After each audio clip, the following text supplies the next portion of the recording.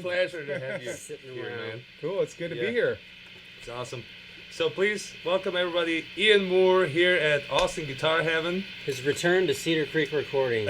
That's right. After how many years? Many years. I have no idea. Doesn't I don't even want to know. know. I don't want to know. I don't need to know. We could look it up in the records. All I know is I had a good time when I was here. That's Right what on. matters. Right on.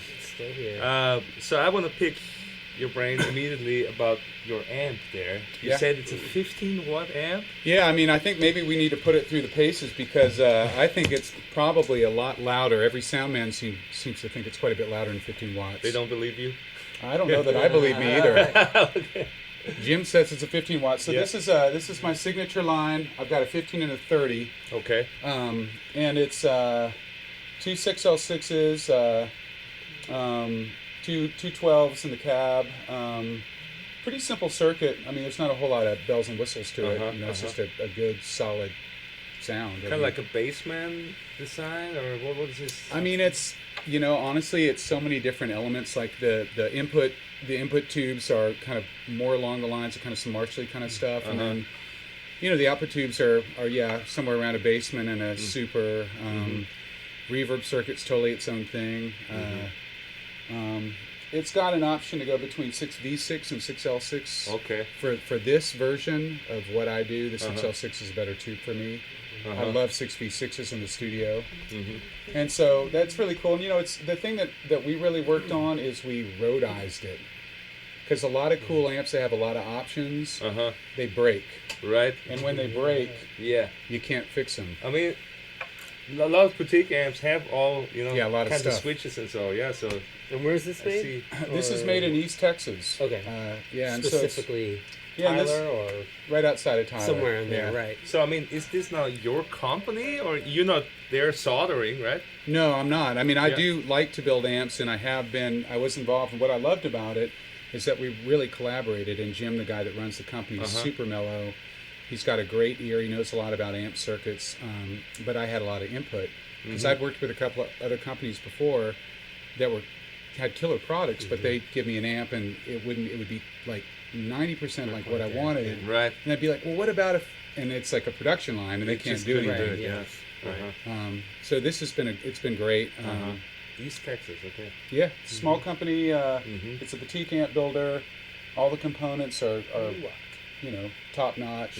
Really well put Can we together. get a view on that beautiful cabinet too? Because does he build the cabinet too, or he does? Yeah. I think he has people sometimes that come do it, but he's so particular about everything. I think it's really funny too because all my friends are going to like much more compact amps, right? And because you could do it, and then I'm going to this like totally gigantic thing. It's not outrageous. It's tall. Yeah. It's tall. I like the height because when you're going back to get feedback, at one point I was playing through a 112. And I'd be trying to go. I'd be down there like this, and you had to do yoga just to prepare for feedback. Right. Yeah. Yeah, you want to do the Guitar Hero thing, and then you bend it down. It's a little funny. You tear a ligament in your I don't knee. really care that much of I don't have that need to have like 18,000 amps on stage, but it is a cool amp. I get a lot of compliments about it, and I've been touring a ton, and people dig it. It works real well. The thing with me, and this is something that Jake and I were talking about, is there's so many different sounds, and when you have a lot of records, you start to run into that thing. And I'll talk to friends of mine that are really top-notch session guitar players and say, like, how do you deal with this? Where you want to be able to have, because my fundamental sound is a relatively simple sound. It's kind of an amp turned up with really not a whole lot of gain. Like with this guitar, I mainly would just use like that sex drive and just chunk it just to push it a little bit more. The King of Tone with this guitar is a little bit over the top. With my Strat, it's perfect. But that's my fundamental sound. But then as I've got all these records, and so like, for instance, I got Harlem. I have this pedal just for that song because it does a Leslie function. What's that, a Strymon? It's a Strymon Mobius. And that's the only... It's a little ridiculous that I have a Mobius for one. And I use the chorus a little bit, but I haven't quite pulled it into my rig. So that sound on the Mobius, you say it's a chorus sound or a Leslie? Or I'll show you. It's, show us. Where is it? You're on the spot now. Well, I have to remember. Yeah, I think it's this one. Yeah. Yeah,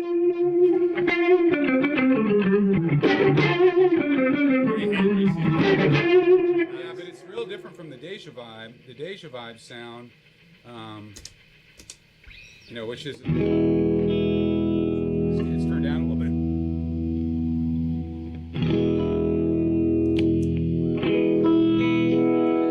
Much more, slower.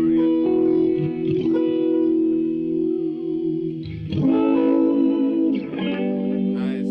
Sounds beautiful. It's a beautiful sound to me. Yeah. Whoa, that's a trip. Yeah, I've never heard that you before. just created a new pedal. Yeah, I did.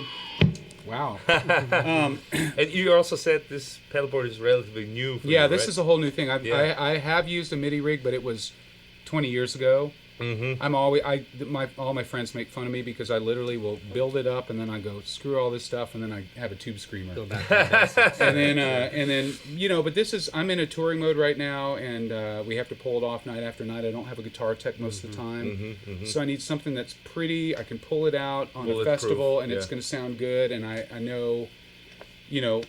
Most of the time I'm going to be pretty close to where I need to be. So that's kind of the way I'm looking at stuff right now. I mean, it's a lot of stuff for not a lot of stuff. Right. I'm interested, since this is 15 watts, I'd like to hear just your straight, clean tone. Yep. Because, usually with amps that small, you can't really get them clean. Well, this guitar is much hotter guitar than my Strat. Let me just check my tuning really quick. And it's a little bit dirtier, but you know, and that's the funny thing about clean tones. I mean, my clean tone is really kind of a not dirty tone. Yeah, so it's really about. That's really hot. I think for a 15. It's not really a clean sound, but it's. I mean, on this one, it's got a lot more bite because of P90s. The Strat, it's closer, kind of like the sound that you have. But still, you know, I mean, that's a tricky thing. Like for me, and that's what I told Jim. I want to be able to play a solo on my clean channel and have it have some sustain. Right. You know, because that's a part of the sound that I do that I want to have, and I don't want to. You want it to sing. Yeah, I want it to sing, but at the same time, you know, I mean, even with this guitar, and it's really, you know. That's without any effects right now. Yeah. That's amazing.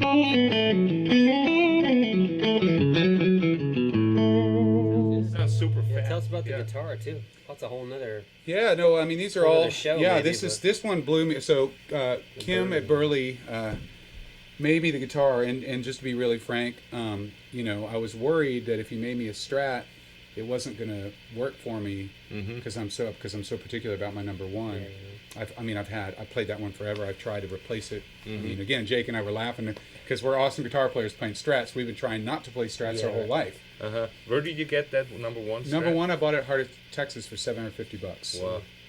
That's a whole nother. So I'll tell you that story in a minute. But this guitar. So this is really cool. So I was like, you know, I was looking at Kim's designs, and I was like, I've always wanted a guitar that, like, I love the vibe of this guitar. And it was also like, well, you know, that way if it's not like a great guitar for me, I also can still play it in show. You know what I mean? And it'll still fit. And then he got it to me, and I remember it was right before I went to Nashville. So we had a long drive. I drove the first shift, and then I sat in the back and I played for 8 hours. And I was so stoked on this guitar. You fell in love with it. And I like it because it's like I said, it's kind of a prehistoric guitar. It's not easy to play. It's got a real wide neck, and it kind of, you know, it slows me down, which is in my mind how I want to play. I just get really excited, you know. And it's just got a great sound. I mean, the bite with these P90s, man. I wish I remembered the pickup because I live on Vashon, and Jason Lawler is one of my neighbors. Most of my guitars have Lawlers in them, but these are not Great Lawlers. pickups, He's using somebody else, and I really like these a lot too. So What do they call that color? It's not seafoam. I don't know, but I think I'm gonna see if he's gonna build. I'm gonna try to get him to build me a Strat, and I'm gonna have another blue one. Nice. I think I'm gonna call this one Sky Blue and call the other one Sky Blue too. Nice. So I want to hear the story of the number one Strat. Yeah. So number one, I was really, really into Coltrane at this point, and I thought I was gonna be a jazz guitar player. And that was like what year? That would have been 90s or? No, that would have been like 1990. Okay. And so I go in, and I had like a Squier Strat, this just a piece of kind of pretty cheap guitar, and I was playing a lot of trying to play a lot of jazz. Not that I was really that good at it. A bit of rockabilly, a lot of blues. I mean, I didn't play any rock and roll at all. And so there was a 175 up on the wall, and I was like, that's what I wanted. Yeah. That's actually what I went in to go get. And the number one, my guitar was sitting right next to it. And both of them were $750. And I sat there and I just played them, and I kept going back and forth. And the reason I bought the Strat, so first of all, it's a Strat with an Esquire neck on it. And it's a 1955 neck. The guy that had it before me had been a Jimmy Reed player, because it just had that, had that kind of vibe. And the wear there and there, and especially on those spots. Yeah. The Jimmy Reed were. And that's awesome. Anyhow, I picked that one up, and I decided that it was more utilitarian. If I got the 175, it was going to be a real fragile guitar, and it was a fortuitous move, because I think the 175 would have been a lot limited for where I ended up going. Yeah, and you were looking for the guitar that would propel, like give you a shift up, and be your main workhorse. Yeah, I was getting to the point where I felt like I was, getting serious about guitar playing, and I needed I'd had a series of guitars. I went through this phase where I would get Stevie Ray Vaughan's extra guitars, whatever he had laying around. Oh, Stevie Ray, yeah. We got No, it's funny because my dad was friends with, I don't remember who it was, but Stevie had guitars everywhere. And so like at one point I had a 12-string 335 strung as a 6-string. I had one of those, and then I had a Strat for a while, and a Telecaster, and then those guitars disappeared, and then I had this is hilarious, had a BC Rich Bitch. Whoa. For a little while. I don't know if that was that like a heavy metal guitar? Yeah. And I didn't know how to play it at all. I was just like, man, because I'm sitting there trying to play like Freddie King and rockabilly stuff, and it sounded terrible on the guitar. You know. Blame it on the gear. I guess. But I didn't know anything about really about guitars at all. At that point. So you just picked up whatever was laying around, or just try to play. Like we do. Yeah. Try to play. Right on. Yeah, I mean, when I look at your pedalboard, and you being such a soulful blues-based player, I mean, I look at that pedalboard, it could be Steve Lukather or something. I know. Well, like I said, I mean, I've got 14 records, and I guess I'm going through a phase where I really want to get the different sounds, and again, this was if this weren't here, it would be basically about like your board. I mean, that's about the same amount of pedals. Just a switcher, yeah. And like even with the Echo, I like the timeline. Honestly, what I really want, I'm maybe even going to call the guys up, the Kalen Bread, where they make that Echoplex pedal. I want one of those with 2 sounds. That's really all I need. What's the name of that one? Kalen Bread. It's an exact modeled Echoplex and a pedal with no tape. Wow. Okay. Wow. And I love it, and I have one of them, but I use 2 sounds. I use let's see it. So there's that one, and then there's this one. Just a short one. Yes. That's really. Yeah. I mean, I have some other sounds in there, but I mean, honestly, the way I play, with just being the singer, the front person, I don't. If I was a sideman, I'd probably get a lot deeper in my sounds because I'd have more energy to focus on switching patches. But I just you can't do that when you're trying to sing. And also the other thing too is, I was thinking about this on the way over. Like, I love the guitar, and I'm a huge guitar fan. I definitely have the bug. But I practice a lot. I'm real serious about it. But I'm really ultimately, when I play, I always want my spirit to be the main thing. Like I'll watch other players, like Red Volkart, for instance. Just such a deep master. Yeah. Or Grissom, for that matter, or Eric Johnson, or Jimmy Vaughn. Right. And for me, it's like, I think ultimately maybe I'm a little bit selfish, and I've been really thinking about this. So I'm like, I just play for myself. And I really, really want, I mean, I'll try to practice before a tour and really get my hands, but I want to just play free. I guess that's probably the way I'm the most influenced by Hendrix. Like, because I just did that Hendrix gig and listening to that stuff, especially his live recordings, man, he's just like he's totally free. He doesn't ever play the same thing. Yeah. Ever. He goes for it. Especially on like when he's doing anything bluesy. Like, well, because he said Coltrane, I see that connection between Hendrix and Coltrane. I do too. Yeah, he was pretty unique, and I think that's the thing. Like for me, like I just want this. Even though I've got this stuff, really, I basically got like mainly 4 sounds. I've got a clean sound. I've got like a Deja Vibe sound. I've got the Sex Drive pedal. Well, I've got 5. And I also have the fuzz. That's like a fuzz face in that box. I literally use that compressor pedal like maybe once a night. So I mean, a lot. You don't just leave it on. No. I have it. Or I use it for some of the more kind of the El Sonido stuff. That sounds a little different, like because there's a lot of stuff where I'll be playing, I'll be like going, and I want the single notes to kind of ring out with a little bit of a different definition, and that really works for that. But I don't use it. I've tried messing around with that for I'm starting to play some slide again, and I'm really trying to figure out that sound, what I want my slide sound to be like. So I'll probably use. I'll have to figure that one out. Wow, awesome. So unrelated. So it sounds like you have a Ferrari, but you're only using like it really 3 gears. It's true. It's true. I know. I got a Ferrari to go to the grocery store. What's the first gig or first lick or song you started out when you were 9 or 8? Well, I didn't. So I grew up playing classical violin. Oh wow! So I didn't play. I didn't play guitar at all. And actually, my interesting story with guitar is that I was a pretty serious violinist. I was first chair in Austin. Me and this chick Jennifer Burry. Did you take lessons for something like that? I grew up from the time I was Okay. 6, and I was kind of destined to be a symphony player. Interesting. And I fell on a glass and I Oh, cut all gosh, of my look at that. tendons. Huh. And Oh, I still wow. have limited mobility. And so, for instance, if I'm playing is really fast, my hands will cramp up when I in a show. And so it's part of what my playing is.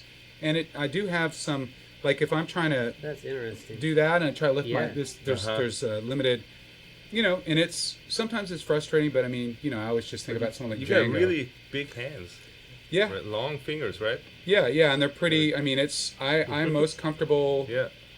Like this one, like I Big, said, long is a little bit of fingers. it's a wider neck, but I'm most comfortable with the deeper neck, where I kind of drape my thumb over, kind of like Jimmy. Also does. very Hendrix. Yeah. Yeah, a lot of my playing. I mean, definitely a lot of players.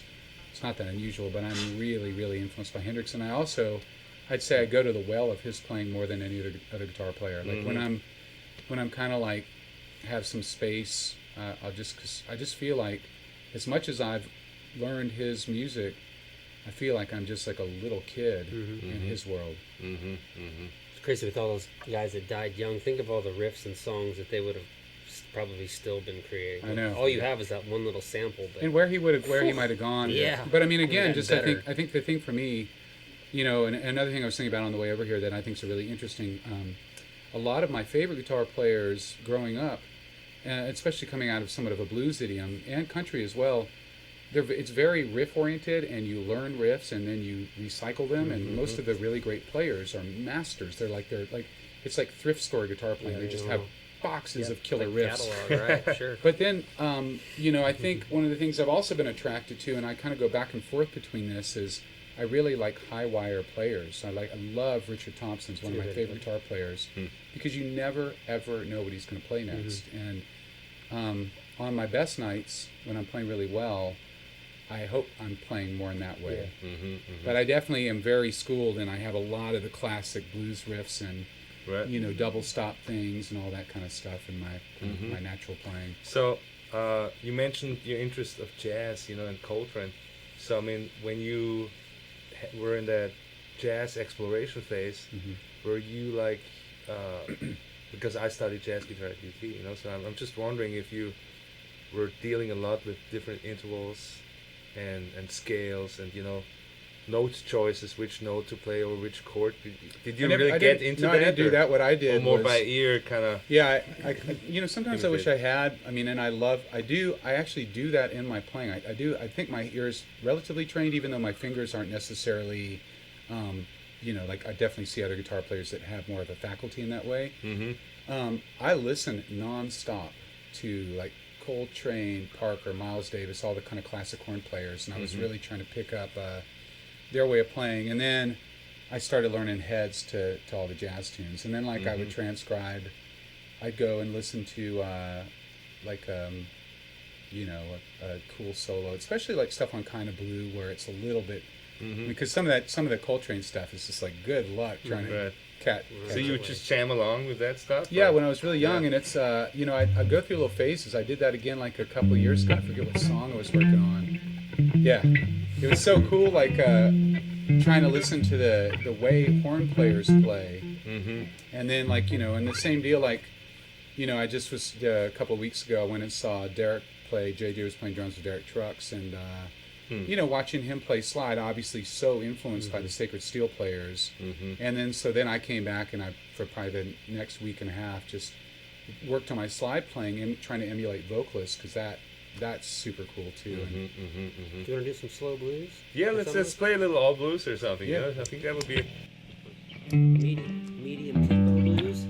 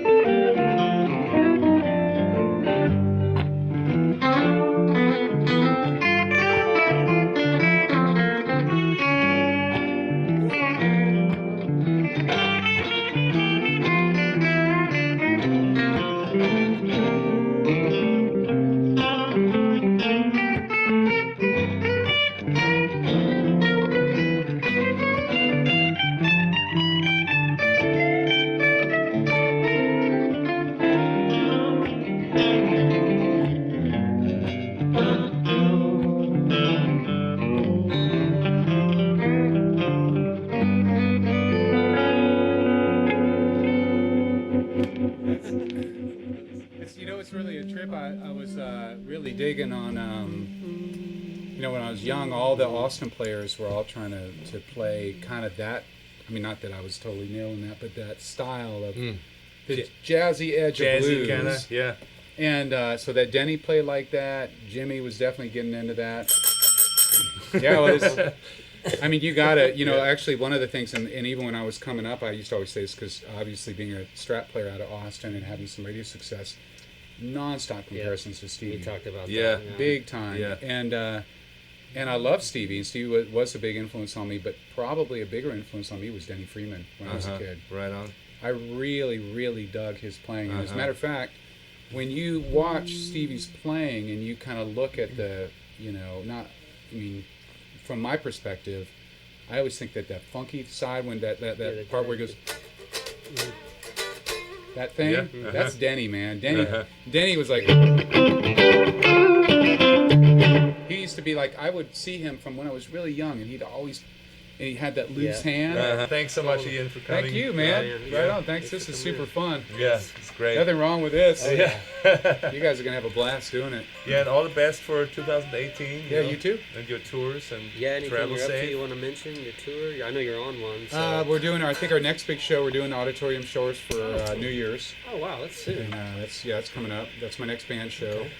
And then just touring a ton. I mean, we got a first tour is West Coast. Well, I'll be doing a bunch of solo stuff up in New York. The first band tour is West Coast, and starting in March, at South by. I think we're going to be at the AMAs. We're doing.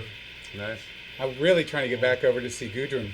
Yeah. I really want to see her. She told me to tell hi to you. Tell her back. This morning, yeah. Yeah. What a cool lady. Yeah. I think she's ready to have you back. I want to come back. It's it's just so expensive. Yeah. So just trying to make it work. Yeah. We're talking about Gudrun Kolfler. Yep. That's Louisiana in Austria. Louisiana. Yes. What a cool town, man. Right? Cool Well, spot. we'll see you guys in 2 weeks, and stay safe, keep playing, and we'll see you.